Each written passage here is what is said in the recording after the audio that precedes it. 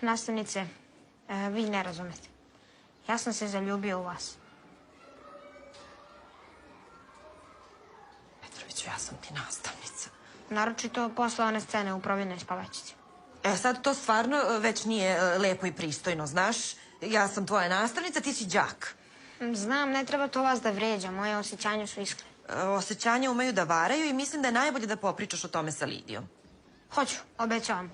Nego, imam nešto da vas pitam. Da li biste vi mene sačekali pa da se za 10 godina udate za mene? A ja ću za 10 godina imati 23 godine i bit ću zreo muškarac. Nećeš, mili, zato što zreli muškarci ne postoje. Svejedno. Ako budete slobodni, da li ja mogu da budem slobodan da vas pozovem? Mislim da to nije dobra ideja. Razmislite vi još malo, pa ću se ja onda sutra vratiti sa istim pitanjem u slučaju da ste promenili mišljenje. Aha.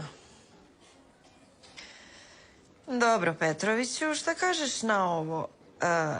Ja obrišem jedinicu poslednju koju si dobio na kontrolnom, a ti mene prestaneš da gnjaviš. Ne mogu da odustanem od ljubavi zbog jednog keca. Vidi, to što želiš se svakako neće desiti, tako da je bolje da prihvatiš moju ponudu.